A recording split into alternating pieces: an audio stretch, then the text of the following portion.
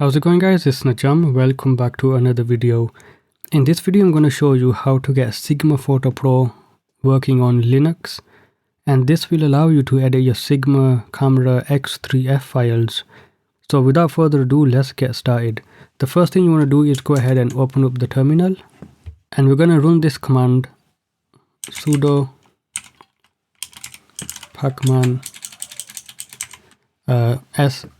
So we're going to run this command. This is sudo pacman -s wine gecko wine mono wine tricks.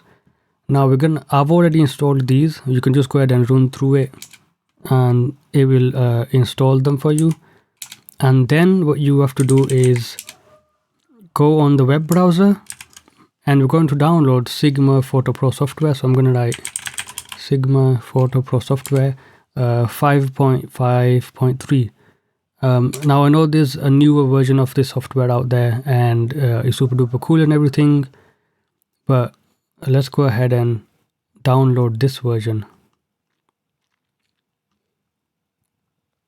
So we're going to go onto a website called Toolless Drivers, and from here we can go ahead and translate that, and we can go ahead and go down.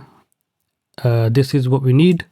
We need 5.5.3, and we can go ahead and click this button, then click this one here, and it will start downloading the software. Now let's go into the downloads folder. Now you can see here, this is it. So what we can do is we can right click this and open it with Windows Program Loader. And then what this will do is you go through the normal setup that you would on Windows. Now I've already done this.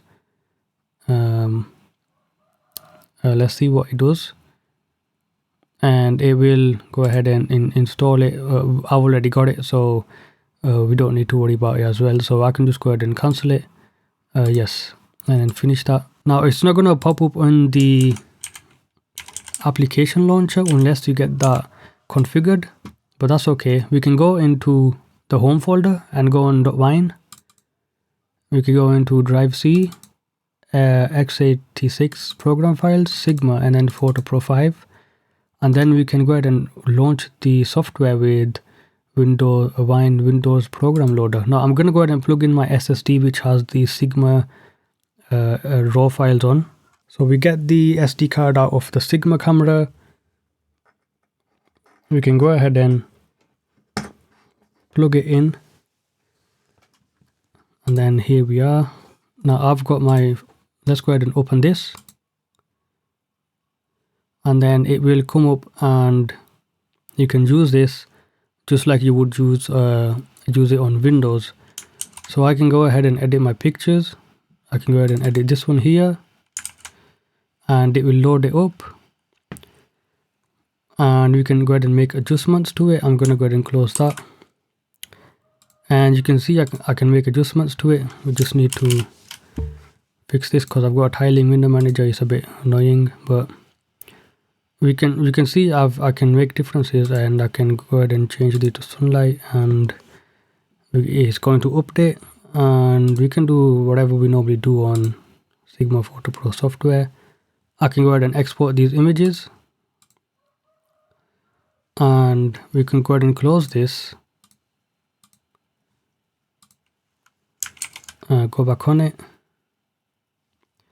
I could think if I go into this and I can right click and open these with Sigma Photo Pro software, and that will also open it up again. And then I just need to go back on this one. Now it isn't perfect, but it does work, and I can go ahead and click on close that. We can go on preferences, and then load previous settings or load the settings default. And you can change the different. We're going to use sRGB because that's the one that I want to use. Press OK, and then you do have, if you could go ahead and close that, we do have the files. So as you can see, we have edited them, and this is this is really cool. We can edit X3F files on the Sigma software, and you can see it is definitely doing the job, and it seems to be working. So yeah, with this I can use my Sigma camera with Linux and I can get this to work. This is the one with sharpening on, and you can see the detail and everything is really nice. So yeah, if you guys have any questions, ask me in the comment section below. Thank you guys for watching, and I'll see you guys in another video.